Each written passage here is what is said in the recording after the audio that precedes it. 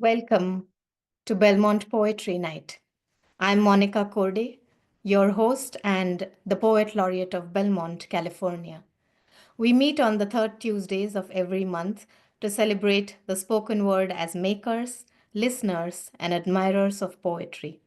We come with featured guests and an open mic, inviting readers of all ages. After gathering for several years at our favorite physical venue, the Belmont Library, since the pandemic, our thriving poetry circle has transitioned to this virtual space, and I'm grateful this allows me to welcome poets and listeners from across the globe. And I'm so happy to see you all and feel the wonderful energy you bring each month. So, thank you once again for being here and zooming in. And if you're familiar with our poetry night tradition, you know the drill. Please take a moment to share in the chat where you are joining me from, whether it's your city, state, country, or anywhere in the world. It's always great to know where you're coming from, and I really enjoy reading that when I'm able to revisit the chat. So please go ahead, take a moment, and let's keep moving together. As we all know, the month of March marks the transition from winter to spring, symbolizing a time of renewal and awakening. But if we think of it deeply, the word March itself implies movement, action, and a collective stride toward change. And I'd like to draw attention to this linguistic resonance that has reinforced the association between the month and the idea of mass mobilization. Therefore, along with renewal and awakening, March has organically become a month of collective action and activism, whether for civil rights, peace, gender equality, environmental justice, or political reform, making it such a powerful time in history and in present times for both protest and peace marches. So, this month, with its symbolism of movement and change, aligns perfectly, I think, with our theme for the evening, Poetics of Peace. And I've curated this poetry night with the hope that through the words shared tonight, we can all find a deeper connection to peace, both within ourselves and in the world around us. So, if you're ready, let's march on ahead together, starting with this poignant poem written by poet and peace activist William Stafford called A Ritual to Read to Each Other. This poem is not only a conversation starter, I feel, but is a profoundly reflective piece that offers a way forward and invites us to listen deeply to each other and speaks of the importance of connection, trust building, and honest communication before anything else as we strive collectively towards making any social change work. So, as I read this to you, let's see what it's like to let this poem in, to allow yourself the space to receive it, however it chooses to reach you. A Ritual to Read to Each Other by William Stafford. If you don't know the kind of person I am, and I don't know the kind of person you are, a pattern that others made may prevail in the world, and following the wrong God home, we may miss our star. For there is many a small betrayal in the mind, a shrug that lets the fragile sequence break, sending with shouts the horrible errors of childhood, storming out to play through the broken dike. And as elephants parade holding each elephant's tail, but if one wanders, the circus won't find the park. I call it cruel, and maybe the root of all cruelty to know what occurs, but not recognize the fact. And so, I appeal to a voice, to something shadowy, a remote region in all who talk. Though we could fool each other, we should consider, lest the parade of our mutual life get lost in the dark. For it is important that awake people be awake, or a breaking line may discourage them back to sleep. The signals we give, yes or no, or maybe, should be clear. The darkness around us is deep. Thank you. Some of you may have read this poem before or heard this poem before, and this poem really speaks so much to me. And I feel it's not enough to read it just once. Perhaps that's why it's a ritual to read to each other, and it points to so many things, I feel, to a world of relationships, to a world of hard realities, what it means to be aware of ourselves, what we can gain from getting to know each other's stories. And I believe that at the core, it reflects William Stafford's deep concern for the importance of honesty and conscious communication between people. And I love how the opening verse arrests our attention and speaks directly and simply. If you'd like to hear it again, if you don't know the kind of person I am, and I don't know the kind of person you are, a pattern that others made may prevail in the world, and following the wrong God home, we may miss our star. We may miss our star. Much of William Stafford's work threads through these concerns and also concerns about the environment, race relations, politics, history, spirituality, and the depths and limitations of the human heart. And a Palestinian American poet, Naomi Shihab Nye, who considered William Stafford as one of her mentors, puts it perfectly that he was a poet who scanned the horizons and told us the truth. And I truly feel that when I read some of his work, and I have only read a little bit of it, but he's such a master of the written word and a literary icon. And William Stafford served as the poetry consultant to the Library of Congress in 1970 and as Oregon's Poet Laureate from 1975 to 1990, leaving behind a legacy of profound and thoughtful poetry.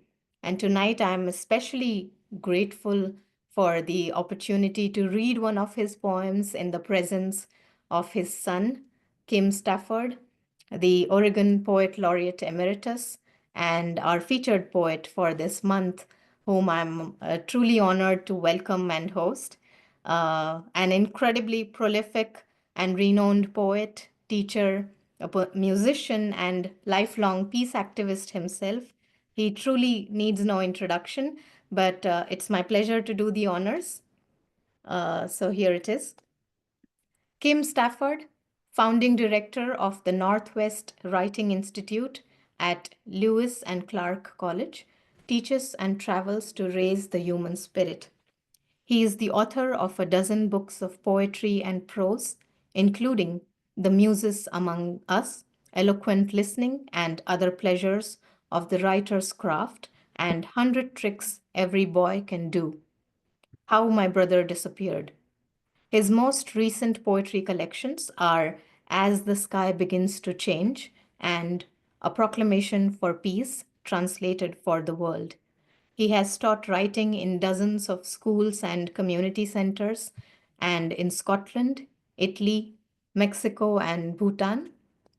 In 2018, he was named Oregon's ninth Poet Laureate by Governor Kate Brown for a 2-year term, but his work still continues. Like he says, once a poet laureate, always a poet laureate. And I'd also like to mention that over the past few months, I've had the privilege of reading and delving deeper into Kim's work, which extends well beyond this brief biography. And although I've only still scratched the surface, I find myself so inspired and can't wait for all of you to take a deeper dive with me into his expansive work through our conversation tonight. So, without further ado, please join me in welcoming Kim Stafford. Thank you so much, Monica. It's a real privilege to be here. I love seeing the faces of your circle. Um, one thing about being poet laureate, my predecessor in Oregon is a poet named Elizabeth Woody. She was the eighth poet laureate. And I went to her last reading as poet laureate, and she said something that pertains to what you've been saying. She has a wonderful, slow way of talking. She said, the more I do poetry, the less it's about what the poem is and more who the poem serves. Mm, And this became my guidance as poet laureate and beyond.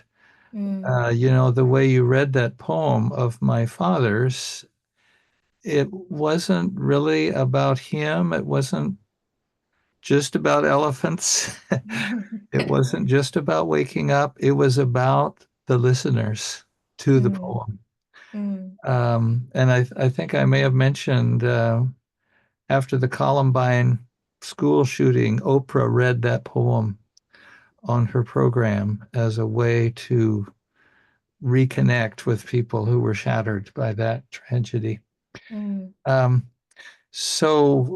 poetry, I was thinking this morning, a poem is like an island of thought, like an unexplored island that you set foot on, and then you start looking around, and it's full of surprises, and it's small, so you can explore it relatively quickly, but you can come back to it and see things you haven't seen before. And that just somehow gave me comfort that in troubled times, in times of strife and conflict, to have a peaceful island of thought. So a peace poem could be many kinds of poetry that just take you to a safe place, a quiet place, a thoughtful place. And maybe I'll, if it's okay, just start with this poem, Beloved Community. Monica asked me to start with this. So absolutely. a year ago, I broke my ankle, so I was in bed for 3 months, and I had the leisure to create this little book, A Proclamation for Peace Translated for the World. So it's a peace poem that I may read later, translated into 50 languages. And this poem that I want to read now, Beloved Community, I wrote the morning after we had a gathering to launch this book. We had 200 people from different countries all over the world, and in their national dress with their wonderful food, their dance, their beautiful music. And I was so moved by this gathering of all these beautiful different people that I wrote a poem for them called Beloved Community. At the celebration of love and peace, where our dear Piawi gathered us, Sayed spoke in Urdu, Zahir in Pashto, Wang Ta in Vietnamese, Mark in Hebrew, Darwaish and Sabrina in Dari, Mohammed and Muwafaq in Arabic, Prabhu in Tamil, Yulia in Russian, and Ina in Ukrainian, Eugenie in Fulani, Sunmunta in Lao, being in Mandarin, on and on, one after another spoke peace, and all our human world songs filled the room with salt and honey. We sipped, guzzled, drank deep in sweet connection, our kinship gifting taste to every tongue, words in splendid beauty filling the air that give us breath. As Om said, we make peace by eating. And then we all feasted. So we feasted on words, we feasted on languages, on colors, on foods. And Monica had this idea that in the chat, if you hear a line or a phrase, or you think of a line or a phrase, you might just put it in the chat. And Monica, do you want to explain what your plan is with that? Yes, absolutely, Kim. Thank you so much, firstly, for beginning with that beautiful piece, which I have really fallen in love with. And I'm really glad that our audience was able to hear it before we offer this special um, way of bringing our voices together. And I was thinking that what actually me and Kim were thinking, that if you can, to make this evening more meaningful and wholesome, we'd like everyone to in the audience tonight to co-create a community peace poem. And if some of you remember, we did something similar at a poetry night a few months back as well. And I see a few members in the audience who were there as well, and Perry Longo. I'm not sure if she's here, but yeah, probably she's here. But yeah, well, this time we begin with the powerful and tender opening line with our featured poet's poem, Beloved Community, that you just heard, as a poetry prompt. And I'm posting the line in the chat as we speak. And we'd like you to add your voice, type in a line to contribute to this collective expression of peace. And I will be compiling all the lines into a single poem, weaving together our shared thoughts and inspirations. And once the poem is ready, I will send a beautifully designed broadside to all the attendees.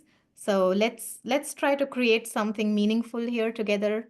And as the program continues and you keep listening, please keep the lines coming in the chat as well.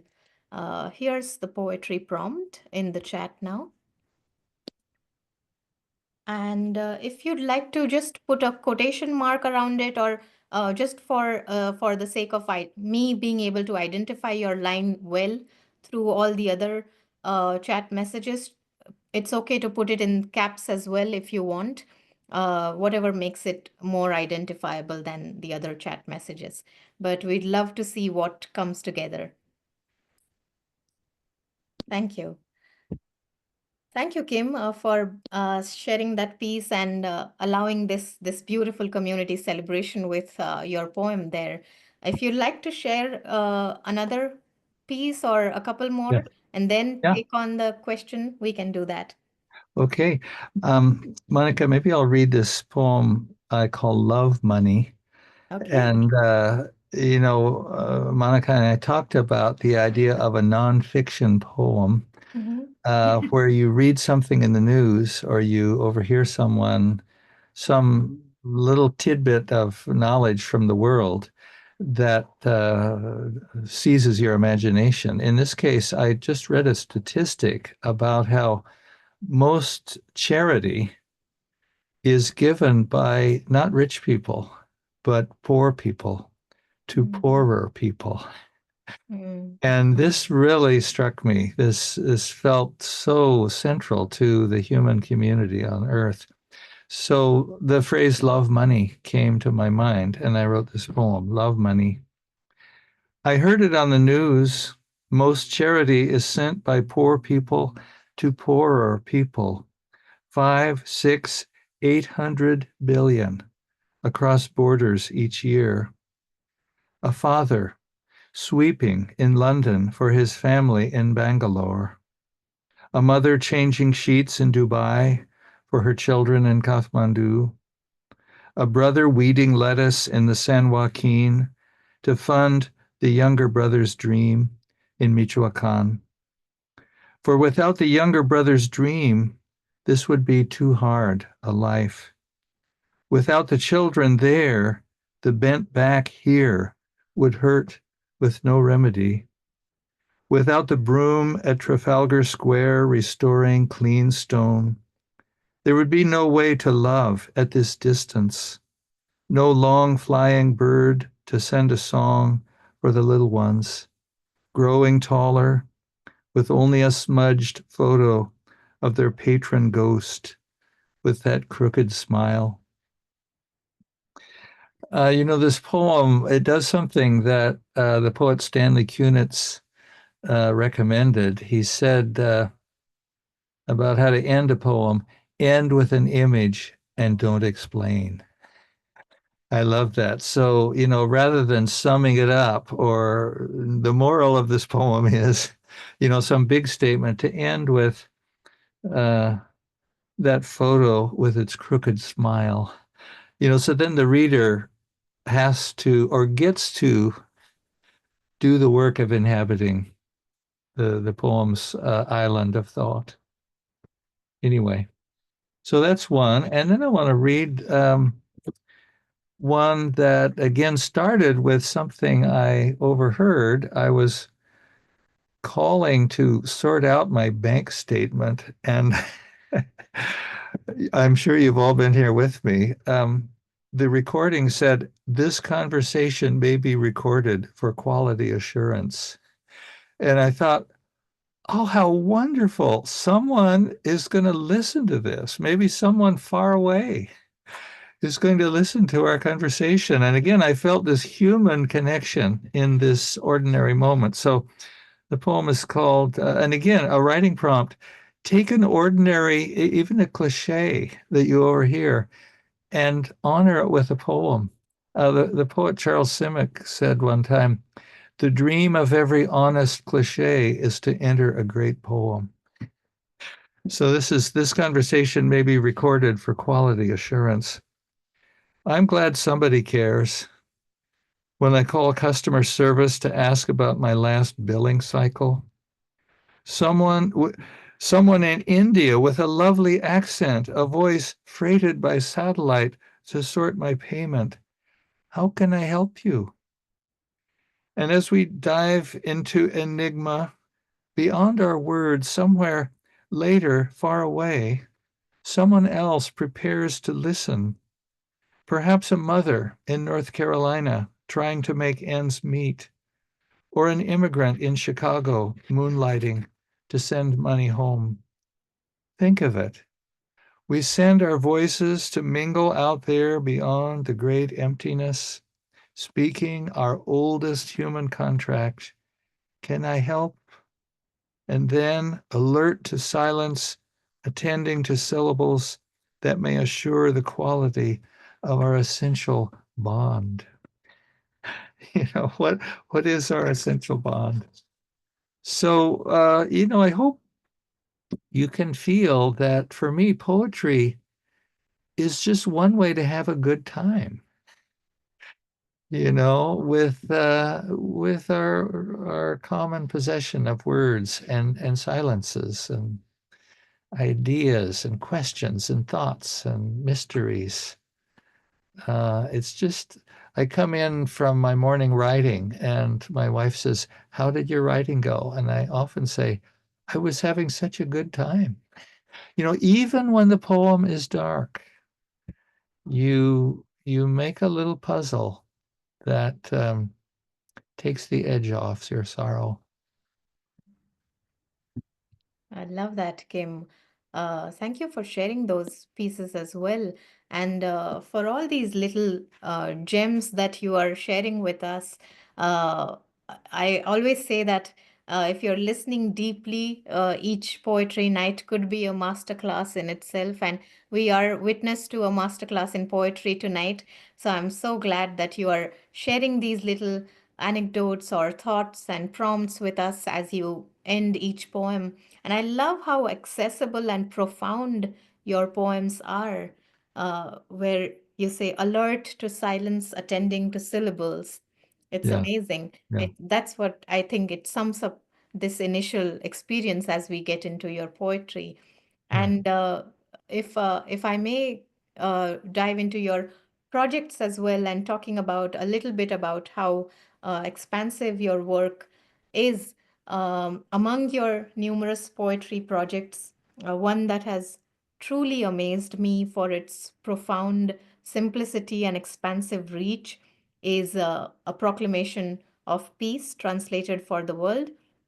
I have the book here with me, and uh, which includes QR codes provided for the reader to follow each poem being read in their translated languages. And just to give you an idea, for example, a proclamation of for peace has been translated in over 50 languages, and some of these include Ashaninka, a language that is spoken primarily in Peru or Brazil, Gaelic, the Celtic language spoken primarily in Ireland, Danish, of course, spoken mainly in Denmark and parts of Greenland or Faroe Islands, Kiswahili, which is a Bantu language widely spoken in East Africa. Then there's Quechua also, a language family indigenous to the Andes. Newar is another, which is a Sino-Tibetan language spoken by the Newar people in Nepal. Ukrainian, Urdu, as well as Yoruba, which is spoken mostly in Nigeria. So it's absolutely amazing. And I feel that these are translations, but also interpretations on the call to peace.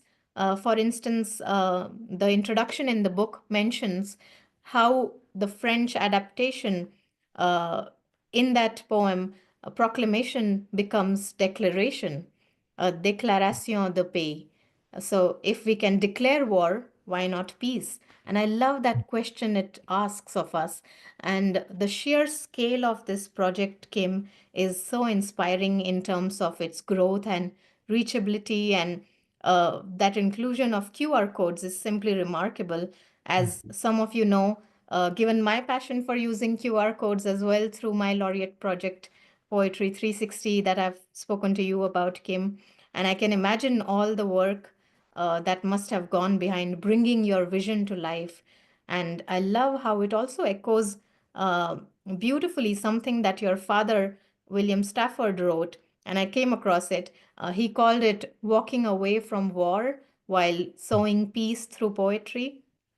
And Mhm. you're precisely doing that. So we'd love to hear the story behind the inception of your poem, A Proclamation for Peace, and how its translation into 50 languages shaped Yeah. its vision and impact in a book form. Yeah, thank you, Monica. Yeah, so this poem, I talked earlier about how certain poems begin. In this case, I was in a faculty meeting at my college, and the dean had the overhead with the budget, and he was going over all these boring details. And I have a colleague from Afghanistan, Zahir Wahab, and he stood up at the meeting, and everyone fell silent. And Zahir said, "The world is on fire. Why are we talking about this? Why are we talking about the budget? The world is on fire." And that, when someone sort of steps out of their lane and witnesses or testifies, that gets into my mind and my heart. So the next morning, um, I found myself writing this poem called A Proclamation for Peace. And I'll just read it, Monica, if it's okay. Yes, And it's please, it's a Kim. very formal poem. It uses language that I don't usually use in daily life. Mm, So it's like a legal document, a mhm, proclamation for peace. Whereas the world is a house on fire, whereas the nations are filled with shouting, whereas hope seems small sometimes, a single bird on a wire left by migration behind, whereas kindness is seldom in the news, and peace an abstraction, while war is real, whereas words are all I have, Whereas my life is short, whereas I am afraid, whereas I am free, despite all fire and anger and fear, be it therefore resolved, a song shall be my calling, a song not yet made shall be vocation, and peaceful words the work of my remaining days. So, just to give one little taste of the book, here are just a few lines from the Italian translation. Dichiarazione di pace. Considerato che il mondo è una casa in fiamme, considerato che le nazioni sono nature di grida, considerato che la speranza pare poca cosa a vole, un solo uccello su un filo dalla migrazione dimenticato. So the book, it's singing, and there's a funny sentence that scholars sometimes say: poetry is what gets lost in translation. But my feeling in this project was poetry is found in translation. My poem became more beautiful in Italian, became more beautiful in Spanish, in Urdu, in Yoruba, in Tamil. The Tamil translator from South India, he asked me, Kim, whereas, that's a British word. That's the a word from the colonizer. Um, in my village, where I grew up, a little village, when someone came to announce something, there was drumming. So could I translate the word proclamation as drumming? And I said, "Oh, Prabhu, it's a poem about freedom. Be free, be free." So yeah, that was that project. And as I said, because I was recuperating in bed from my broken ankle, I had time to write 500 emails to people all over the world and ask for a translation. Yeah, and one of those emails came was to the UNESCO chair person as well. Yeah, yeah, yeah. I'm going to Brussels in May to give away copies of this book because I think it's time for all of us to be peace ambassadors in every way we can. Absolutely, so well put, Kim. And really, all the more power to you with the way you are taking this forward, and for all of us, really carrying these thoughts and ideas. And it's so amazing what you said, that poetry is found in translation. And I've been listening to some of these languages which I've never heard before, Yeah, and just the sound of the language enough to bring you to that point of peace, or bring you in that space of peace where you really feel the lyric or the melody in the voice, the movement in the language, which yeah, really holds all of us together. So yeah, thank you for offering all of that through this yeah. project. Thank you. Yeah, my co-editor, who helped me put this book together, she said at one point the most constricting form of censorship is to only know one language. Mm, You're cut off from stories and ways of seeing things, ways of saying mm. things, ways of understanding. So we're hopeful that this book will open that up, at least for the music of the different languages. Absolutely, Kim. I would love to hear another couple poems that you have for us tonight. Okay, so when I was a poet laureate, I said yes to everything. Uh, there was one thing I said no to. They asked, would I come to an elementary school and help write a rhyming libretto for an opera? And I had to say that's not my area of strength. But I went everywhere else, and I was in a little Jewish school, and these little kids, every time I read a poem, they started laughing, and their teachers were very upset, but I was just delighted. And so I wrote this poem for them, and it's called Midrash on a Sacred Encounter. And maybe people know a midrash is a personal reflection on scriptural ideas. So, Midrash on a Sacred Encounter. When the little ones gathered at my feet, they couldn't stop laughing every time I spoke a poem, as if they were wild birds, and I scattered seed for their singing and singing, singing back to my songs and stories. And they fed me questions old as psalms. How long does it take to write a poem? What is the longest poem? Who taught you poems? What is the oldest poem? What's oldest inside a poem? What is a poem and what is not? Then they laughed and clapped, and I bowed and felt blessed, and we went forth to heal the world. I really felt as I came out of that school, here we go, to take this delight forth into the world. Someone told me that she taught at a school where the mission of the school was to enlarge each child's capacity for delight. And I just thought, I want to be a little kid in that school. I want to have my capacity for delight grow larger. Okay, one more poem, Monica, and then a question. So I was talking with a friend, and she's a rancher. She lives in the dry side of Oregon, east of the mountains.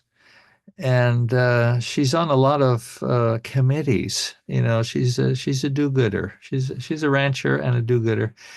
And she said there's so much strife in these meetings. People testify, they get angry.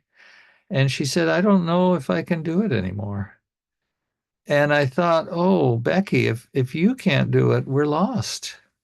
So I wrote this poem for her. It's called Meeting Halfway.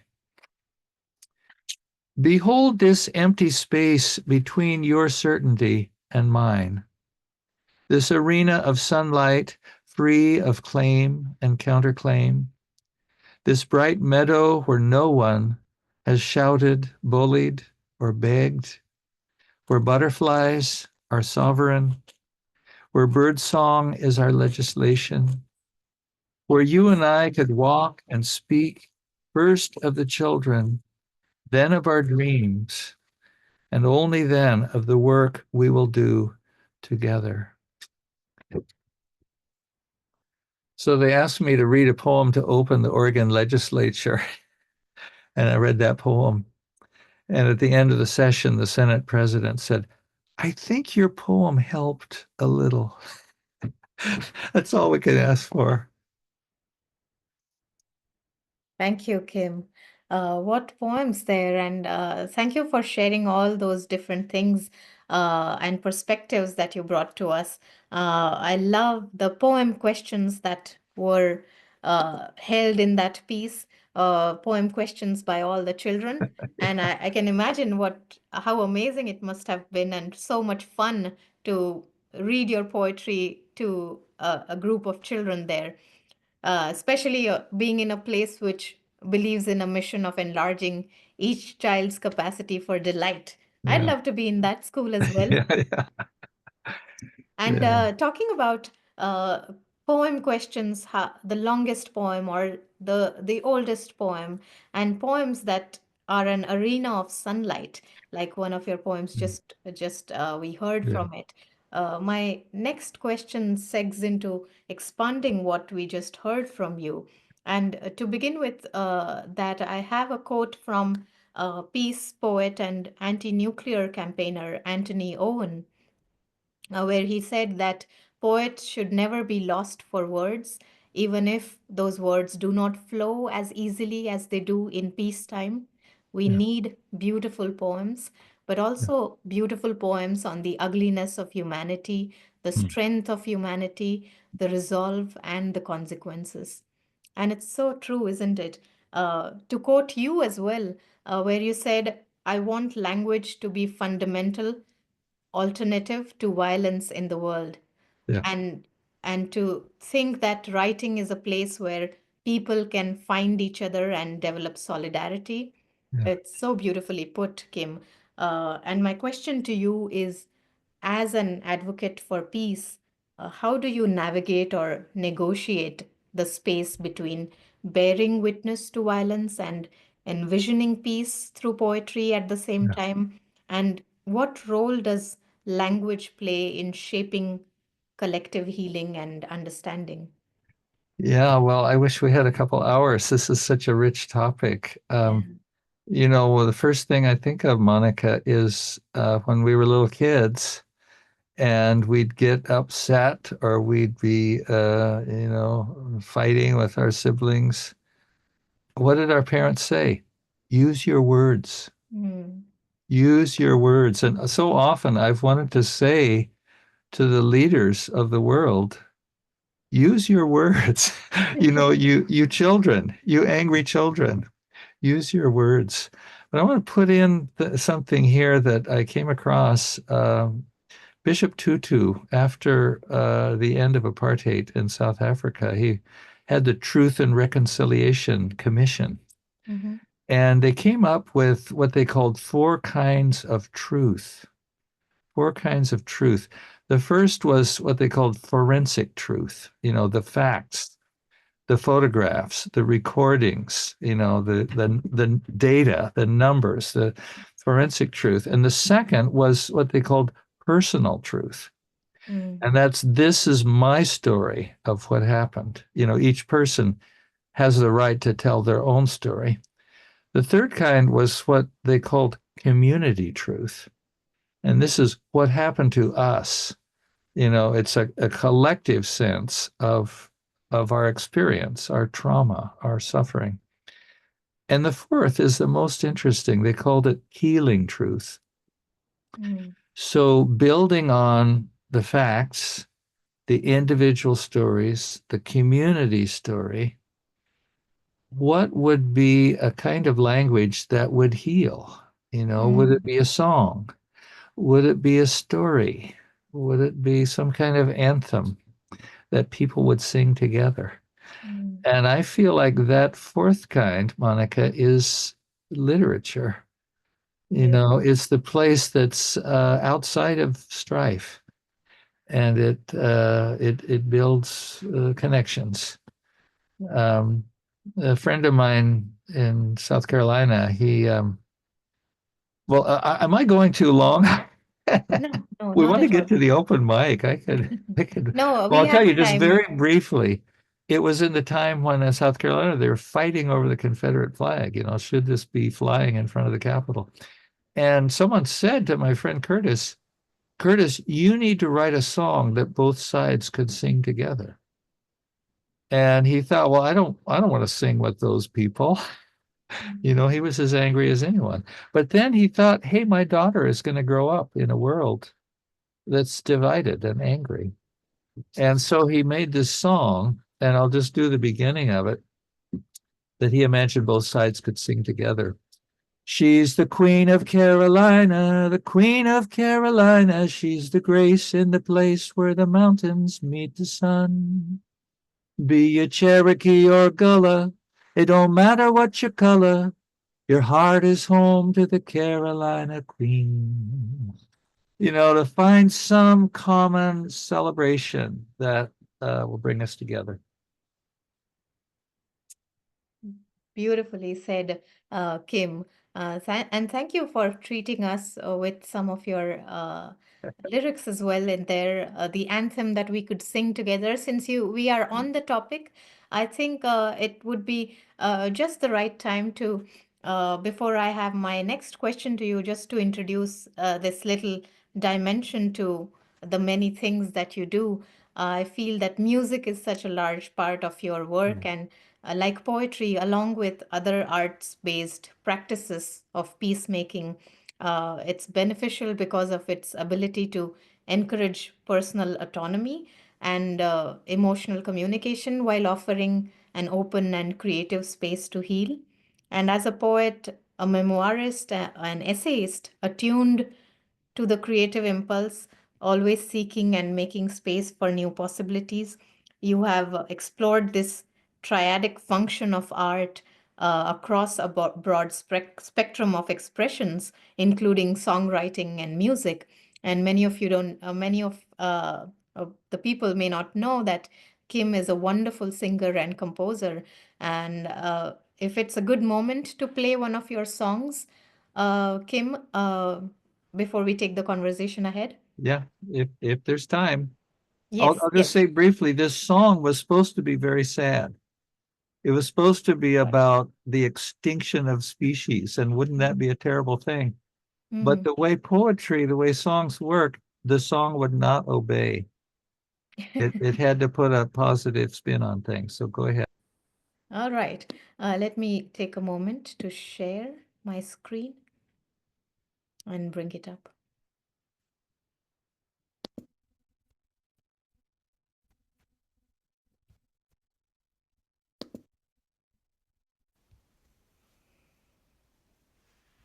Should you all should be able to see the screen in a moment. You can find these songs on Kim's website, and let me go ahead play um, this one. It's called "The Lucky Ones," and please let me know if you are not able to hear the music. If it doesn't come through, please let me know.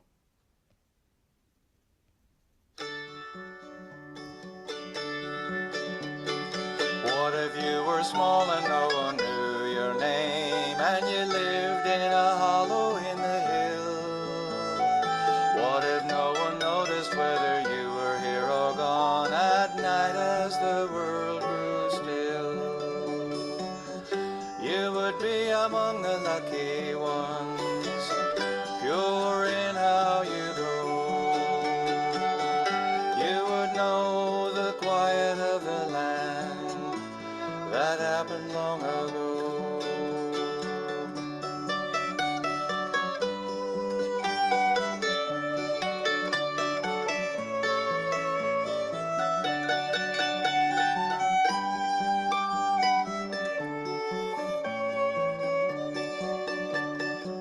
How would it be the last of your kind, lonesome for the many you once knew?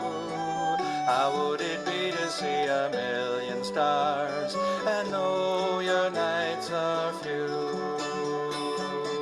You would be among the lucky ones, pure in how you go. You would know the quiet of the land that happened long ago.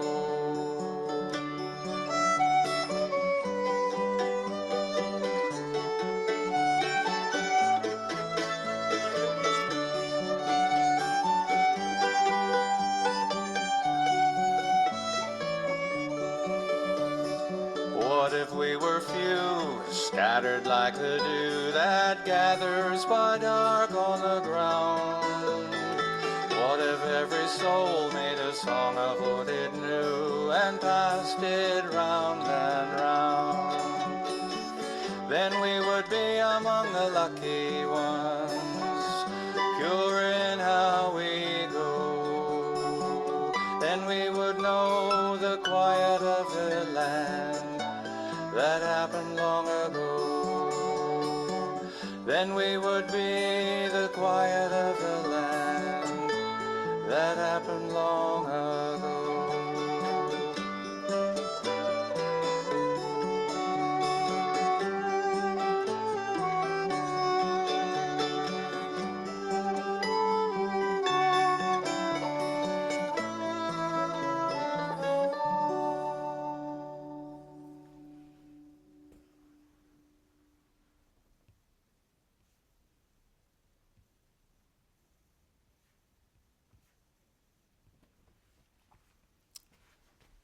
Well, I'm sure all of you enjoyed that piece. Kim, thank you so much for allowing me to play the music, and you're such an incredible singer and composer. Could you speak to the shared sensibility between poems and songs and how these art forms are essential to your work, as you say, of uplifting the human spirit? Yeah. You know, my father said one time, um, children dance before they know there is anything that isn't music. And I think similarly, poetry is our native language. Prose is something we have to learn to do, but poetry of speaking your emotion, um, uttering, little babies sing arias before they learn words. And songs, the way this song came, the question, what if you were small and no one knew your name? It's a rhythmic, it fits naturally into the voice. And you lived in a hollow in the hill. Another time, I was in New Orleans late at night, and there was a woman crying by a memorial. Someone had been killed. And she said to me, my friend Robin was killed. And he used to say to me, you be you, like none other. If you can dream it, you can do it. This will set you free.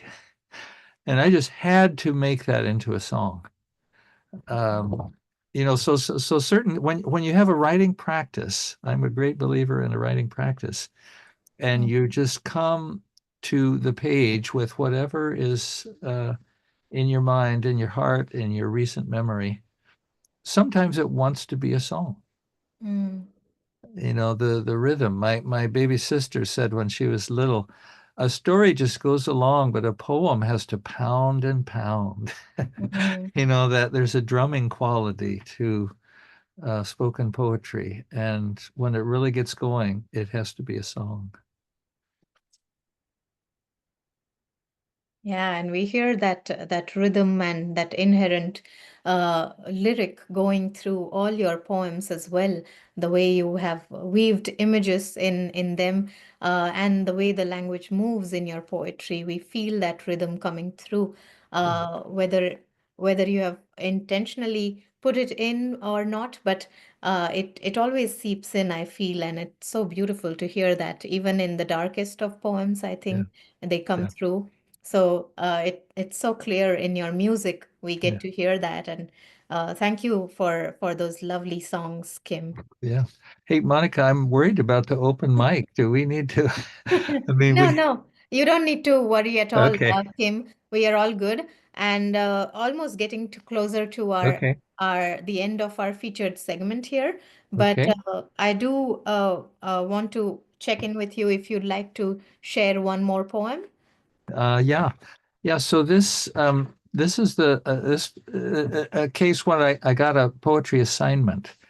They were building a children's hospital, and a group of us were invited to be artists to make art part of the healing mission of the hospital, not decoration, but actually work of healing.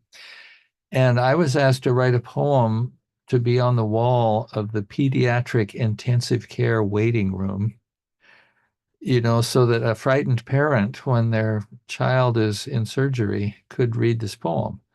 And first I thought that's impossible. I can't do that. But then a friend of mine said, well, I know what such a poem could not say. It could not say everything will be all right, because you don't know if that's true. And this is a time to tell the truth to each other. So what occurred to me is you might say to a frightened child, a sibling, a parent, you're part of a very old story. You're walking in a very old journey. And so I called this poem Naknuisha, which is a Yakima Indian word to care for something precious. And this is on the wall in the children's hospital in 6 languages. Young friend, be part of something old. Be home here in the great world, where rain wants to be your coat, where forest wants to be your house, where frogs say your name and your name, where wee birds carry your wishes far, and sunlight reaches for your hand.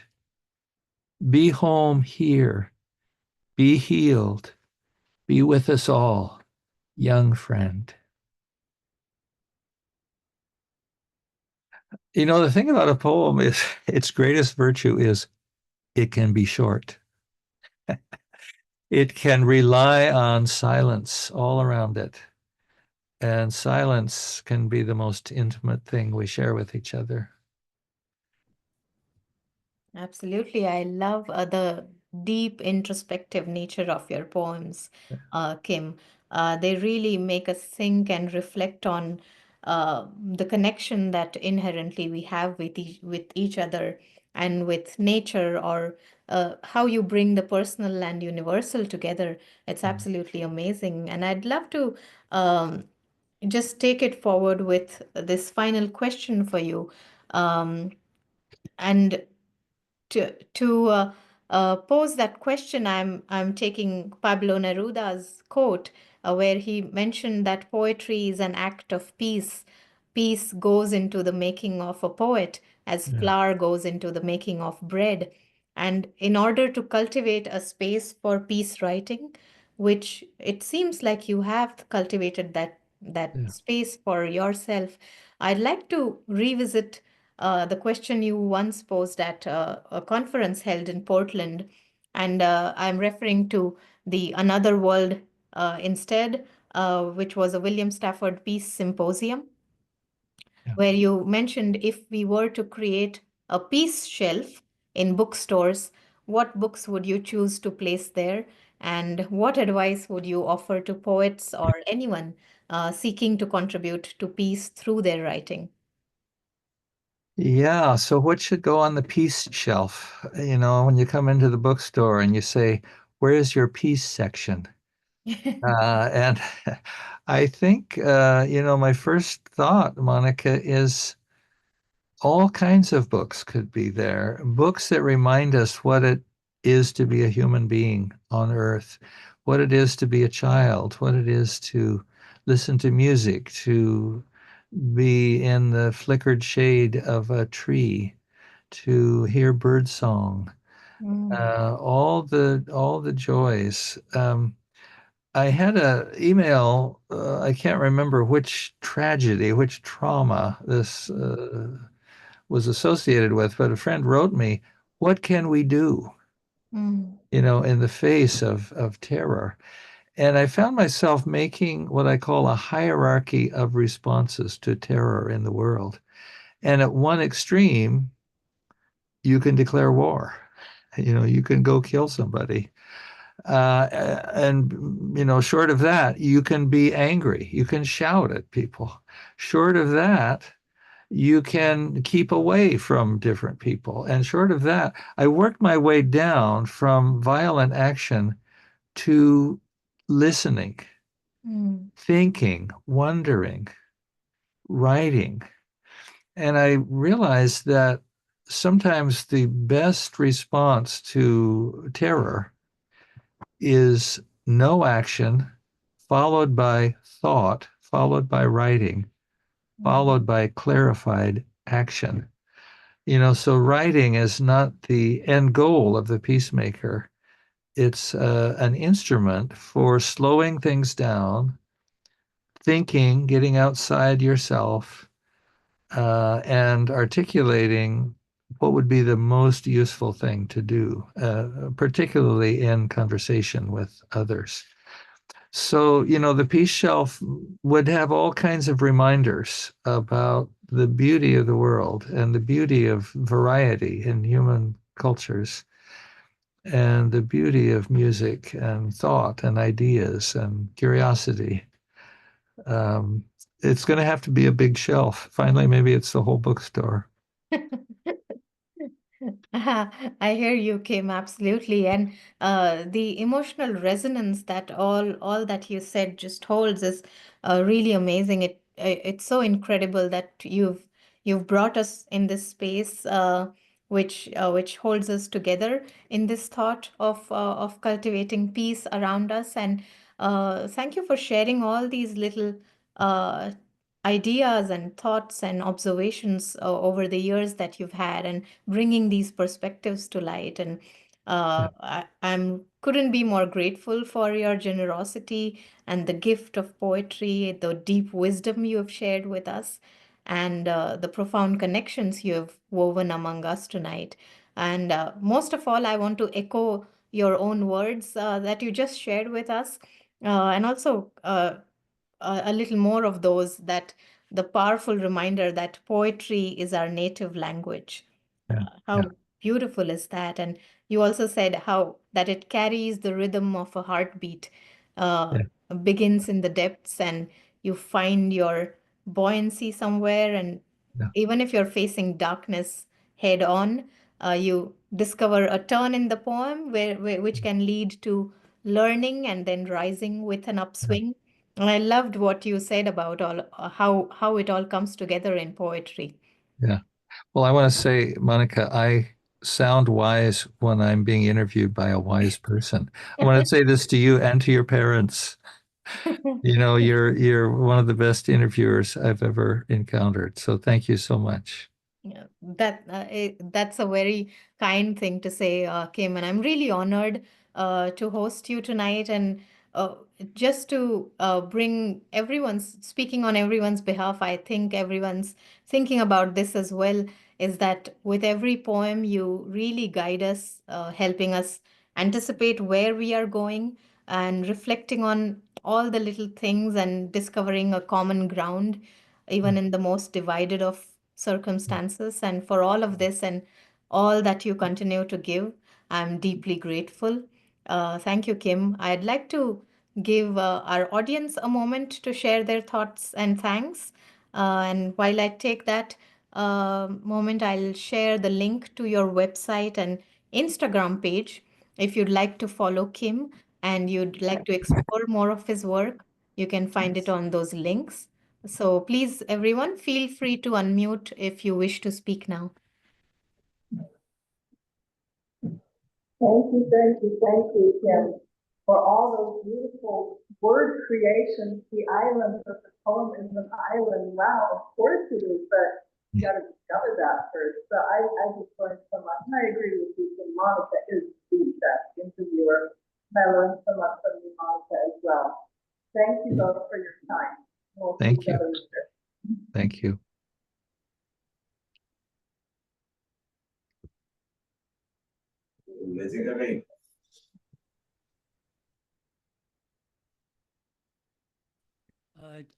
I just wanted to say, Kim, that there's something about your voice and the tone you adopt when you read your poems that just creates a peaceful mood to the listener.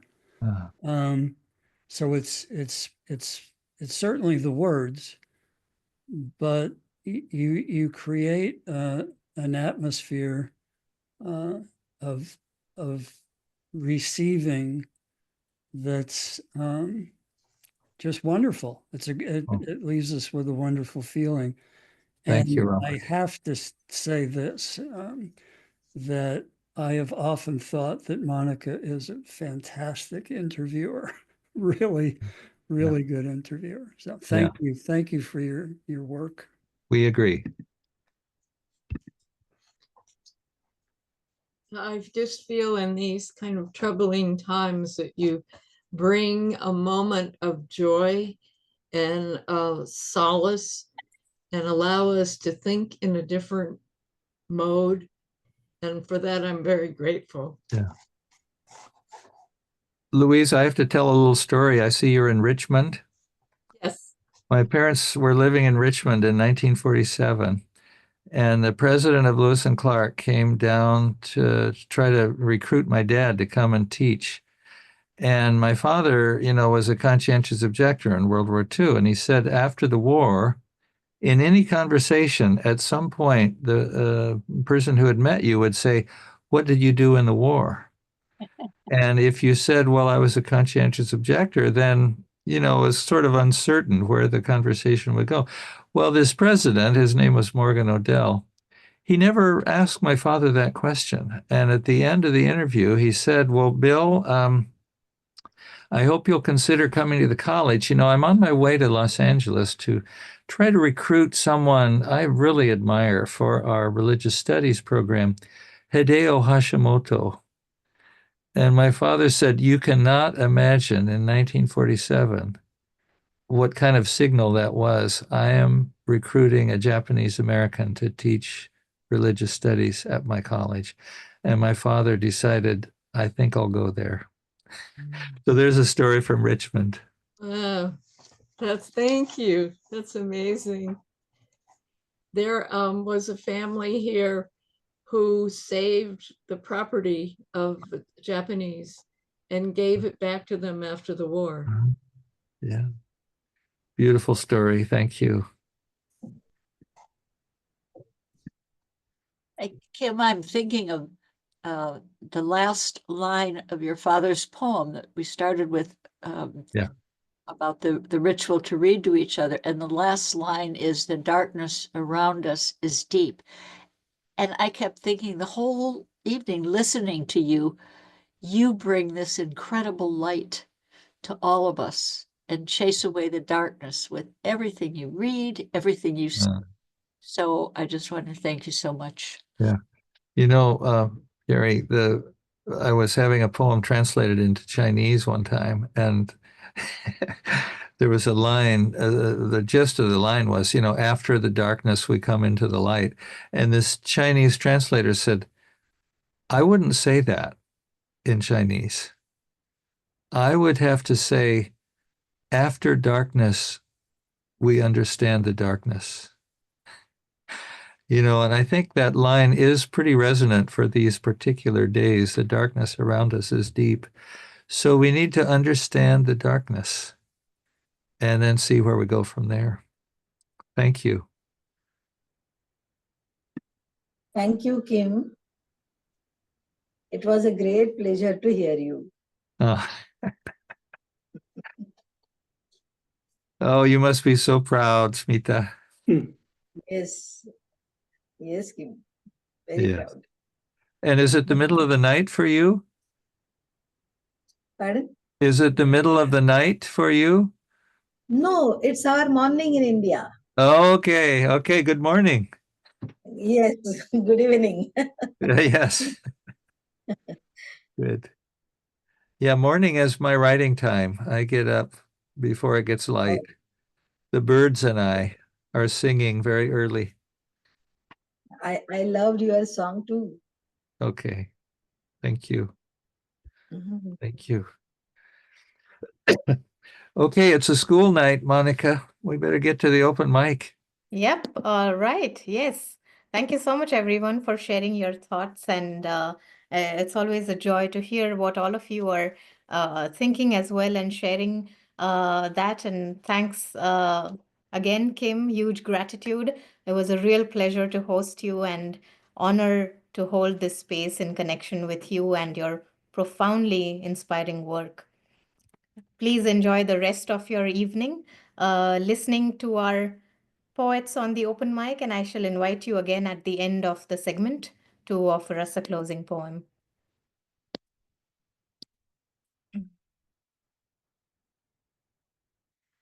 All right, with that, we are going to stop recording this segment. Those of you who are in the Zoom room, please stay online for the open mic segment of the evening. To the YouTube audience, thanks for joining in and hope to see you for next month's virtual Belmont Poetry Night. Good night.